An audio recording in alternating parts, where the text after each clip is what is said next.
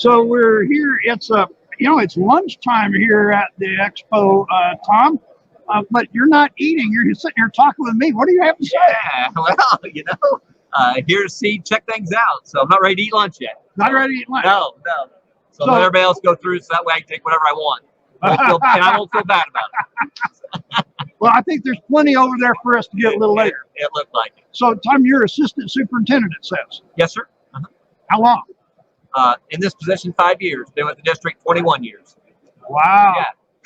Yeah. So you've seen a lot come and go. Seen a lot come and go. Yeah, that's right. So, with all your tenure there, I'm curious, what's been the challenge through all of that? Well, I always say the challenge that we have every day is customer service. It's dealing with people. People are people, no matter where you're from. Yeah. It's dealing with people. Yeah. Right? Yeah. Stuff, no matter whether you're in Missouri or you're in Florida, stuff is stuff, but it's people that make the difference. Yeah, people say, oh, you don't understand. It's always different somewhere else, but it isn't. It isn't. People are people. Right. That's right. You would have enjoyed my Rockstar program. It's all about the 9 personalities of a Rockstar custodian. And it was talking about the personalities, not what we do, but dealing with people. Sure, who they are. Are they good employees or bad employees, right? Because those are the same no matter where they are. Okay, right? and as assistant superintendent, you get to deal with the staff, the working staff, yes, the students, the faculty, and then let's throw all of the parents in there too. Exactly right. Yeah, and they're all people, right? Yep. So it's all about relationships, it's all about communication. And you're still smiling, Tom. Well, yeah. So why are you here? Check things out. This is one of those conferences we come to every other year. This year I happen to be on an off year, but part of a presentation.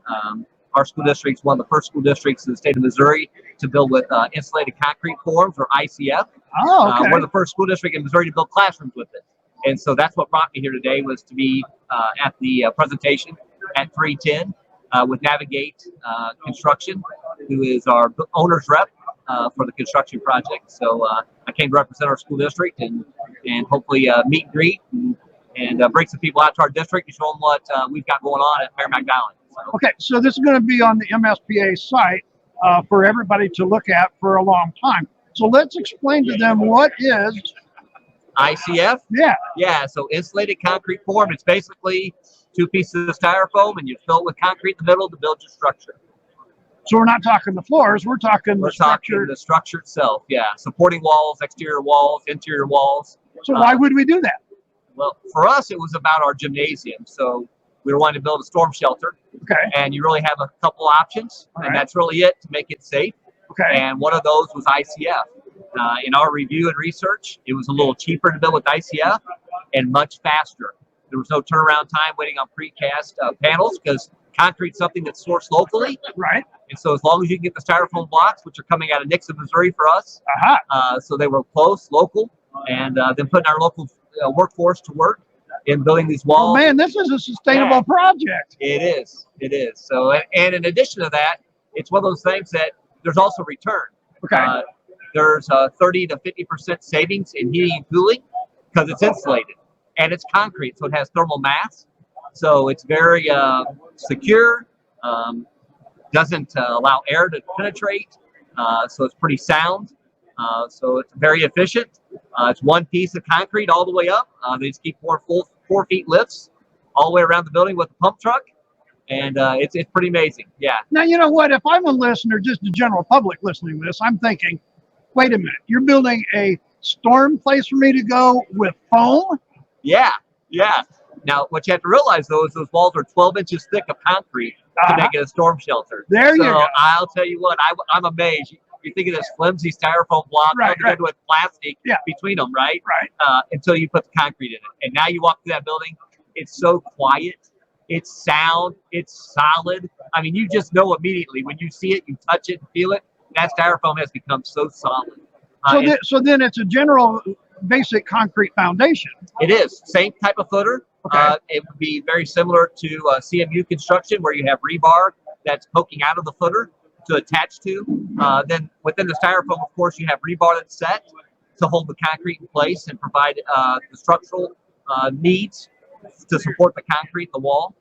So there is some rebar work involved. It's not just put the forms up for concrete, so you are connecting and making those connections with, rebar.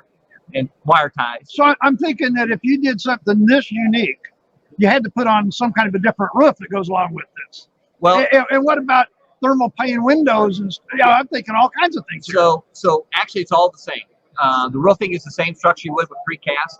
Okay. Windows are really no different other than the thickness of the wall you're dealing with. Well, The now placement of window. Yeah. It's still the same kind of windows. We're actually using our local window contractor in town. So I'm thinking a window seal is the 12-inch window seal on the inside or outside?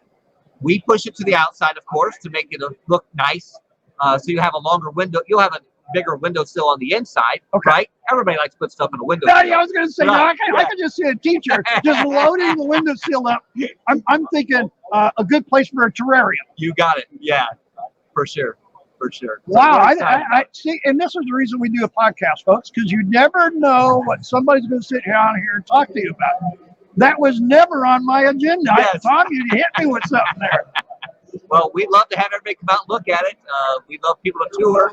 We've been working with Fox Blocks, who provided us the styrofoam blocks and the concrete council for the project to show it off, because we're being the first school in Missouri. It's something new, right?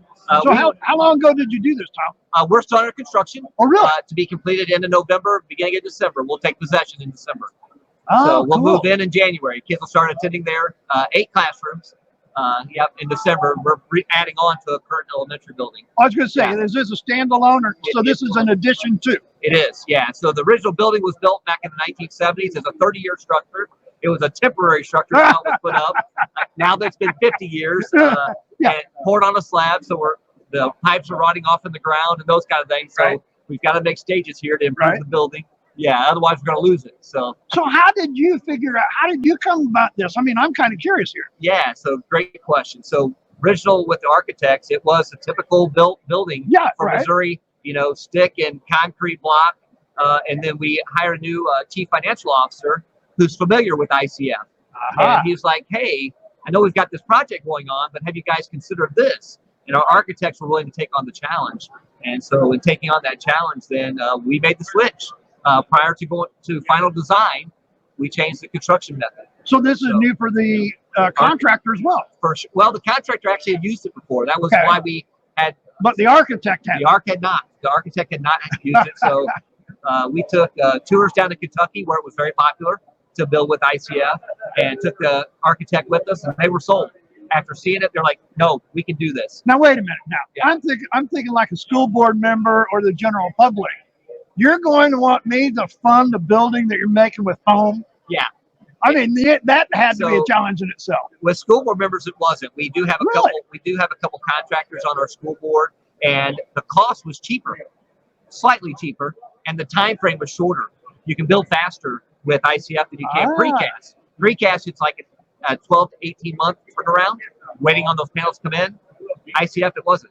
ICF concrete locally sourced, so it's something that's. As long as we get the styrofoam blocks on site, we can build. So pretty exciting. So that was the easy part of selling. That helped you get. Yeah, reduced cost, reduced time frame, and it was a great product. It was no brainer for us. Okay, so we're giving all the reasons why they should talk to you. How do they get in touch with you and go see Tom?